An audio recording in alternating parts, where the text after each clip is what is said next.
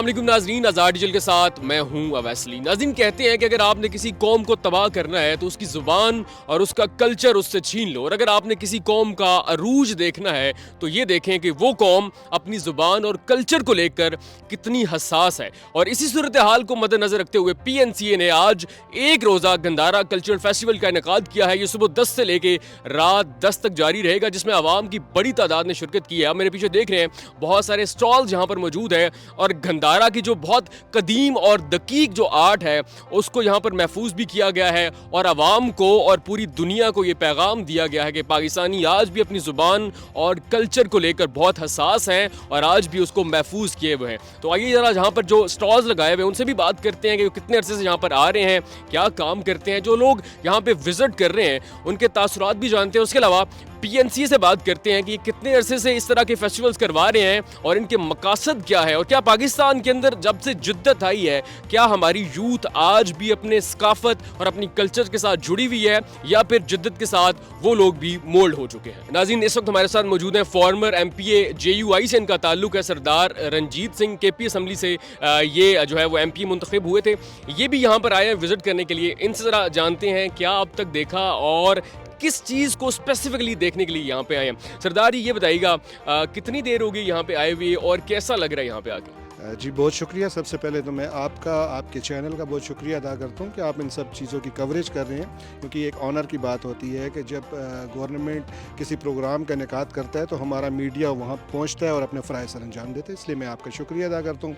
आज के प्रोग्राम के हवाले से जो बातचीत है, एक अच्छा इनिशिएटिव है गंदारा कल्चरल फेस्टिवल जो ये बनाया जा रहा है। इसमें सबसे अच्छी बात ये थी कि यहाँ पर तमाम लोगों को इन्वाइट किया गया, जिसमें सियासी लोग भी हैं, जिसमें हमारे कारोबारी हजरात भी हैं और दीगर इदारों के लोग भी हैं। जहाँ गवर्नमेंट के लोग थे वहाँ हमारे आम पब्लिक भी वहाँ पे शमूलियत कर रही है, स्टूडेंट्स आए हैं, यूनिवर्सिटी के बच्चे आए हुए हैं, और साथ साथ यहाँ पे तमाम कम्युनिटीज़ आई हुई हैं, जिसमें हिंदू हैं, मसीह हैं, किलाश हैं, बहाई कम्युनिटी और तमाम दीगर मज़ाहब से ताल्लुक़ रखने वाले लोग भी यहाँ पे थे। मैं ये समझता हूँ ऐसे प्रोग्राम्स का इनेकाद होना चाहिए। और दूसरी बात ये भी है, चूँकि मैं ख़ुद सिख कम्युनिटी से ताल्लुक़ रखता हूँ, तो यहाँ पर हमारे कम्युनिटी के लोग भी हैं जिनका यहाँ पर उन्होंने एक स्टॉल लगाया जिसमें आप देख रहे हैं। ये एक वाज़ेह पैगाम है उन लोगों के लिए कि पाकिस्तान में रहने वाली जो सिख कम्युनिटी है वो पाकिस्तान में बैठे हुए पाकिस्तान की मौशियत में अपना एक बेहतरीन किरदार अदा करती है, एक कारोबारी तरीके के साथ, जिसमें आप देख सकते हैं ये इन भाइयों ने अभी यहाँ एक स्टॉल लगाया जिसमें कुछ रिलीजियस चीज़ें भी आपको नज़र आ रही हैं, इसमें कपड़े का भी।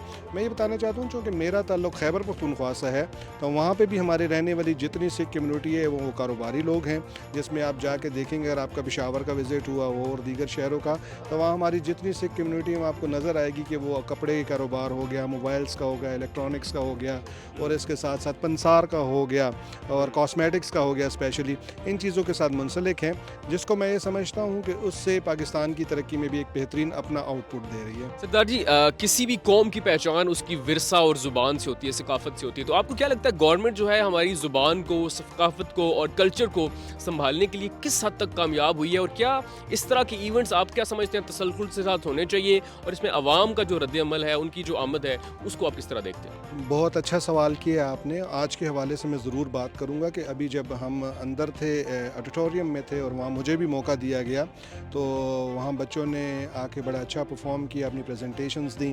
तो उसके बाद जब मेरी स्पीच थी तो मैंने कहा कि देखिए आज का जो दिन हम यहाँ मना रहे हैं उसमें एक ज़रूरी बात ये भी है कि हमें अपनी कौमी ज़ुबान को नहीं भूलना चाहिए। जैसे आप कहीं पे भी देखेंगे पाकिस्तान या पाकिस्तान से बाहर रहने वाला, कहीं भी आपको कोई सरदार नज़र आएगा तो वो पंजाबी ज़रूर बोलेगा, चाहे वो मैं हूँ या वो कोई ब्रिटिश हो, लेकिन उसको पंजाबी आती होगी। तो इस तरह मैं समझता हूँ एक पाकिस्तानी होने के नाते जो हमारी कौमी ज़ुबान है उर्दू को, उसको फ़रोग़ देना चाहिए। हम सब लोगों को उर्दू में बातचीत करनी चाहिए, और ये एक अच्छा इनिशिएटिव था। कुछ अर्सा पहले हमने सुना था कि गवर्नमेंट ने ये कहा था कि आप जो है इसके बाद जितने सरकारी प्रोग्राम्स होंगे उसमें स्पेशली उर्दू में ही ज़्यादातर बातचीत की जाएगी, लेकिन मुझे नहीं लगता कि उसमें कोई इम्प्लीमेंट हुआ है, और इस पर होना चाहिए। काफ़ी देर से मैं काम कर रहा हूँ विजुअल आर्टिस्ट हूँ मैं, और स्कल्पचर्स, पेंटिंग और वुड कार्विंग, इसके अलावा स्टोन कार्विंग, मेरा ताल्लुक टेक्सला से है। तो स्टोन कार्विंग के जो जदीद मटेरियल अभी आ रहा है मैं उसमें अभी काम कर रहा हूँ।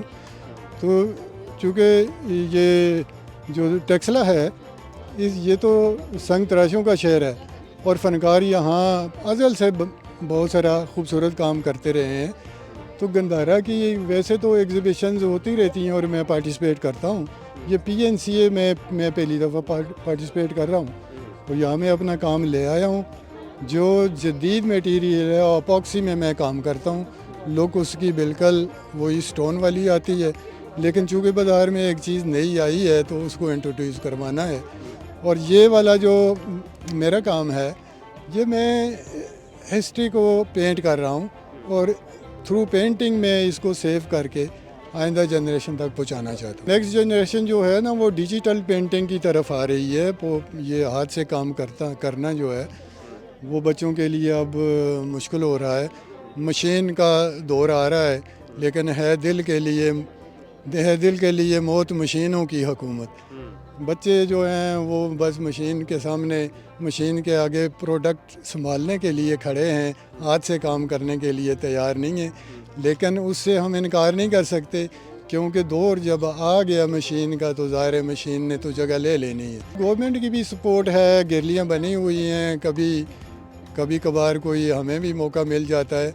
आवाम के लिए भी बाकी के जो देखें, हमारे यहाँ बहुत सारे अपने प्रॉब्लम्स हैं, बच्चों के स्कूल की फ़ीसें और घर के अखराजात और महंगाई का ये तूफ़ान, उसका सामना करना पड़ता है। उसके अलावा कुछ बच जाए तो फिर आर्ट की तरफ कोई आता है, वरना वो माहौल नहीं है जो यूरोप में होता है। आर्टिस्ट वहाँ खुशहाल है, लेकिन हमारे यहाँ वो उस तरह का है नहीं। लेकिन अब मजबूरी आर्टिस्ट की ये है कि आर्टिस्ट ने काम करना है। मेरा नाम ज़ैनब नूर है, मैं फ़ातिमा जिन्ना वुमेन यूनिवर्सिटी में पढ़ रही हूँ।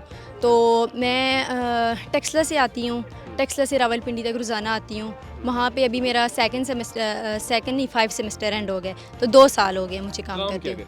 काम मैं oil painting, print making, miniature fine arts में हूँ। अच्छा, ये बताइएगा, क्या आपको बचपन से शौक था या जब आपने एडमिशन लिया तो ये सब्जेक्ट की डिमांड थी? नहीं, शौक़ तो बचपन से ही था, फिर आहिस्ता आहिस्ता फर्स्ट सेमेस्टर में, सेकंड में करते करते फिर शौक़ ज़्यादा हो गया, तो अब काम कर रहे हैं। ठीक है, ये बताइएगा कितना वक्त देती हैं आप इस चीज़ को, फैमिली को कितना टाइम देती हैं, और ये जो एक पोर्ट्रेट बनाने में वक्त कितना लगता है? टाइम तो ज़्यादा लगता है। अगर इस्लामाबाद या पिंडी में रहना पड़ता तो ज़ाहिर बात है सफ़र थोड़ा होता है तो काम इजी हो जाता है, लेकिन ट्रैवलिंग बहुत ज़्यादा होती है, क्योंकि टेक्सला में कोई यूनिवर्सिटी नहीं है फ़ाइन आर्ट्स की, तो ट्रैवलिंग में बहुत ज़्यादा टाइम लगता है। उसके बाद फिर काम को भी बहुत ज़्यादा टाइम देना पड़ता है, काम और ट्रैवलिंग दोनों को बहुत टाइम देना पड़ता है। ये बताइएगा, इससे पहले आप किसी एग्जीबिशन में गई हैं, और अगर गई हैं तो उसमें आवाम का रिस्पांस और कितना होता है? हाँ, इससे पहले मैं गंधारा में गई हूँ, वहाँ फेस्टिवल था, वहाँ भी आवाम को जो रिस्पांस था वो बहुत अच्छा था। जो चीज़ें वगैरह, जो आवाम का तो यही ज़्यादातर होता है, जो थोड़ी कम प्राइस में चीज़ें हो ज़्यादातर वही लेते हैं, क्योंकि ऑयल पेंटिंग बस यही। तो क्या आप कम प्राइस में चीज़ें बनाती हैं, या ये महंगा शौक है या कन्वीनियंट है? कुछ शौक है जो महंगा है, कुछ है नहीं है। जो आवाम है वो थोड़ा सस्ते में लेती है, क्योंकि उसको होता है कि इतना महंगी चीज़ ना लें। अच्छा, ये ज़रा आप पोर्ट्रेट दिखा भी दें सारी आवाम को, और ये कितने की है? ये जो पेंटिंग है ये 15,000 की है, लेकिन ये मैं अभी वो नहीं कर रही, सेल नहीं कर रही, ये मैं डिस्प्ले करूँगी। ये आपको शौक है, अपने लिए रखनी है? जी, अपनी। मेरी ट्विन सिस्टर है, ये उसका है, पोर्ट्रेट है। सर, सबसे पहले तो अपना इंट्रोडक्शन करवाइएगा, कहाँ से आपका ताल्लुक है, क्या काम करते हैं और कितने अरसे से कर रहे हैं? अस्सलाम वालेकुम जी, मैं टेक्सला से हूँ। मोहम्मद इलियास, गंधारा आर्ट टेक्सला। तकरीबन 40 साल हो गए हैं इस काम में मुझे। तो ये बुद्धा के मुजस्मे हैं, उनकी कॉपीज़ हैं, ओरिजिनल की कॉपीज़ हैं ये। कुछ सीमेंट में है, कुछ स्टोन में है। ठीक है, ये बताइएगा, ये काम कितना मुश्किल है, कितना आसान है, कितना टाइम देते हैं इसको? रोज़ाना की बुनियाद पे काम करते हैं या फिर आपने कोई अपने डेज़ मुख्तस किए हुए? सर, ये तो रोज़ाना का काम है। ज़्यादातर मैं एग्जीबिशन पे रहता हूँ, तो इसी तरह बस ट्रैवलिंग पे, कभी लाहौर, कभी कराची, कभी कहाँ कभी कहाँ। अच्छा, इसकी तैयारी में कौन कौन सा मटेरियल यूज़ होता है? इसमें स्टोन होते हैं, बाकी प्लास्टर का पेरिस भी होता है, सीमेंट भी होता है। अच्छा, अगर हम सिर्फ इसकी एक बात करें तो ये मॉडल बनाते हुए आपको कितना टाइम लगा? ये मॉडल के ऊपर तकरीबन में 15 दिन लग गए थे। 15 दिन। अच्छा, ये बताइए, इतनी मेहनत वाला काम है तो इसका आवाम का जो रिस्पांस है, रद्द अमल है, वो कैसा? भाई आवाम का तो रिस्पांस बिल्कुल ज़ीरो ही है। वो तो आके तो इसके अगर किसी को समझ नहीं है तो आगे आके हाथ जोड़ देते हैं, श्री राम है, ये फलां है। उनको तारीख़ का नहीं पता, तारीख़ है क्या चीज़। तो दरअसल इसकी तारीख़ है क्या? ये 3000 साल पुराना आर्ट है। गौतम बुद्ध के मुजस्मे हैं। टेक्सला में इसके मरकज़ रहा है। टेक्सला, स्वात, श्री बालोल, तखबाई, ये मरकज़ थे इसका। अच्छा ये बताइएगा, आप इससे पहले भी किसी एग्जीबिशन में जाते हैं तो वहाँ पे आपको क्या लगता है कि गवर्नमेंट की जो सपोर्ट है वो जिस तरह होनी चाहिए थी, जितना ये कदीम और ये दकीक आर्ट है उस तरह आपको हासिल है? कोई सपोर्ट भी नहीं है, कोई ख़ास सपोर्ट नहीं। तो आप वैसे एग्जीबिशन वगैरह में जाते रहते हैं? जी बिल्कुल जाता हूँ। आज आप जब से आए हैं तो यहाँ पे कुछ आपकी सेल आउट हुई है चीज़? कोई सेल नहीं, कुछ भी सेल अभी तक कुछ सेल नहीं। अस्सलाम वालेकुम। वालेकुम सलाम। अच्छा मुझे ये बताइएगा, आप सुबह से यहाँ पर आए हैं, चीज़ें देख रहे हैं, कैसा लगा ये इवेंट आपको? सर देखें, जब भी कल्चर की बात होती है और यूथ की बात होती है तो यूथ के लिए बहुत इंपॉर्टेंट है कि पाकिस्तान का कल्चर जो है ना वो प्रमोट किया जाए। और आज यहाँ पे गंदारा सिविलाइजेशन को प्रमोट किया जा रहा है और बड़ी खुशी होती है और हमारी यूथ को इन चीज़ों के साथ कनेक्ट करना चाहिए ताकि हम एक ब्राइट फ्यूचर की तरफ रवाना दवाना हो जाए। अच्छा ये बताइएगा, यहाँ पर मुख्तलिफ तरह के स्टॉल जो हैं वो लगाए गए हैं और कुछ तो ऐसी चीज़ें जो बड़ी इंटीक है और बड़ी दकीक आर्ट है, तो कैसा लगा आपको देख कर कि पाकिस्तान के अंदर आज भी आर्टिस्ट वो मौजूद हैं? और अगर इस तरह के ये इवेंट्स होते रहे तो क्या ये मैसेज दुनिया तक जाएगा? और क्या किस तरह अभी तक जो इवेंट्स हुए हैं क्या मैसेज दुनिया तक जा रहा है कि पाकिस्तान के अंदर आज भी सकाफत से, कल्चर से मोहब्बत करने वाले और उसको फ़रोग देने वाले लोग मौजूद हैं? जी बिल्कुल, मैसेज दुनिया तक जा रहा है। देखा है आपने, इंटरनेशनल डेलीगेट्स आए हुए थे, इवन के कुछ डिप्लोमेट्स आए हुए थे। और ये जो हमारे कल्चर में एक आर्ट है, वो चाहे सिंध का कल्चर हो, पंजाब का हो या KPK का हो, जो आर्ट है ये हमारे जीन्स में है। और इस चीज़ को जब प्रमोट किया जाएगा और वो आर्टिस्टिक दुनिया में हमारा बहुत नाम मान सकता है। अच्छा आपके साथ मैं पूरा देख रहा हूँ, एक ग्रुप आपके साथ आया हुआ है, तो ये बताइएगा यूथ जो है आजकल जो है वो जदीद दौर आ गया है तो लोग जो है वो जिद्दत की तरफ ज़्यादा मायल हैं, तो क्या यूथ जो है अपने कल्चर, अपनी सकाफत के साथ जुड़ी हुई है या जिद्दत आने से वो हट गई है? देखें, आपकी जो यूथ है वो आपके कल्चर के साथ जुड़ी हुई है लेकिन उसको हाईलाइट नहीं किया जा रहा प्रॉपर तरीके से।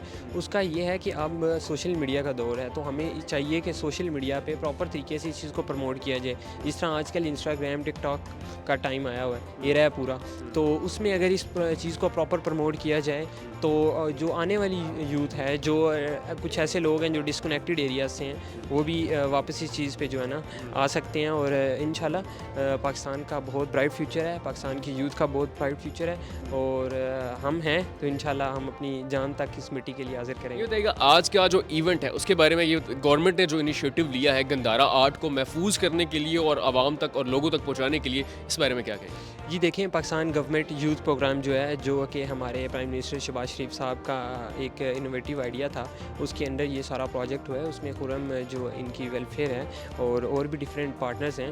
तो पाकिस्तान गवर्नमेंट जो है हमेशा कोशिश करती है कि पाकिस्तान के आर्ट एंड कल्चर को प्रमोट किया जाए। देखें, आर्ट एंड कल्चर को प्रमोट करना इंपॉर्टेंट क्यों है? इंपॉर्टेंट इसलिए, अगर आप आर्ट एंड कल्चर को प्रमोट करेंगे तो हमारा मुल्क जो है वो यूनाइट रहेगा और जब यूनाइट रहेगा तो हम एक पैटर्न पे होंगे और एक हमारा मिशन होगा और एक हमारा गोल होगा। तो हमारे मुल्क में जो मुहिब वतनी है वो फैलेगी और हमारे मुल्क का जो है फ्यूचर जो है ना ब्राइट हो जाएगा। अस्सलाम वालेकुम सर। वालेकुम सलाम। सर सबसे पहले तो अपना इंट्रोडक्शन करवाइएगा, आपका यहाँ पे क्या रोल है और आज की इवेंट के हवाले से बताइएगा थोड़ा सा। मेरा नाम बिलाल आलम है और मैं PNCA से हूँ, यहाँ की मीडिया को देखता हूँ और अब तर्जुमान कह सकते हैं PNCA का। तो इस इवेंट का जो बुनियादी मकसद है, देखिए Pakistan national council of the art का बुनियादी मकसद भी जो है वो आर्ट एंड कल्चर को प्रमोट करना है। इस इवेंट का जो मकसद है वो रिलीजियस कल्चर जो है उसको प्रमोट करना है, दुनिया को दिखाना है, कल्चर को मीडिया के थ्रू दिखाना है। बड़े तादाद में ऑडियंस आज आए हैं, फॉरेनर्स भी आए, पाकिस्तानी ऑडियंस भी आए। कल्चर को तो हम प्रमोट करते हैं लेकिन इस इवेंट का जो बुनियादी मकसद है, जो हमारे सकाफती वर्से है, उसको भी दुनिया को दिखाना है कि पाकिस्तान एक तारीख़ी मुल्क है। सकाफ़त के साथ साथ यहाँ पे जो है तारीख़ी मुकामात भी है, उस मुकामात से दुनिया को बाखबर रखना है। तो इस तरह के इवेंट का जो इनेकाद है Pakistan national council of the art जो है वो तवातुर के साथ करता है। और आज का ये जो इवेंट है इसमें जो आप आए हैं, आपने देखा भी है कि किस तरह Pakistan national council of the art जो है वो इन सब चीज़ों को प्रमोट कर रहा है और दुनिया को इन चीज़ों से आशना कर रहा है। ये बताइएगा, यहाँ पर मुख्तलिफ तरह के स्टॉल्स लगे हुए हैं, तो ये लोग कहाँ कहाँ से आए हैं और यहाँ पर कौन कौन से स्टॉल जो हैं वो मौजूद हैं? देखिए इसमें कुछ जो है प्राइवेट लोग भी है, लेकिन कुछ जो है डिपार्टमेंटल लोग भी है। जिस तरह Pakistan national council of the art का स्टॉल है, जिसमें हमारे पब्लिकेशंस है, जो हमने जो हमारे बुक पब्लिश हुए हैं, जो हम करते हैं आर्ट एंड कल्चर से रिलेटेड, वो हमने स्टॉल लगाया है। इसके साथ साथ इसके अलावा जो बाकी स्टॉल्स है वो आर्काइव डिपार्टमेंट्स के भी लगे हैं, कुछ लोगों के भी लगे हैं जो आर्ट एंड कल्चर से रिलेटेड लोग हैं, जो चीज़ें बनाते हैं, सकाफ़ती चीज़ें बनाते हैं, तो उन्होंने भी स्टॉल्स लगाए हैं और लोग जोक दर जोक आके उन स्टॉल्स में काफ़ी दिलचस्पी ले रहे हैं। ये बताइएगा, गंधारा जो फेस्टिवल है ये कितने अरसे से हो रहा है और ये क्या सालाना बेस पे होता है या फिर ये कोई 6 माह बाद शमाई या सेमाई होता है? नहीं, Pakistan national council of the art में जो है गंधारा आर्ट से रिलेटेड हर साल एक तकरीब मुनक़िद होती है।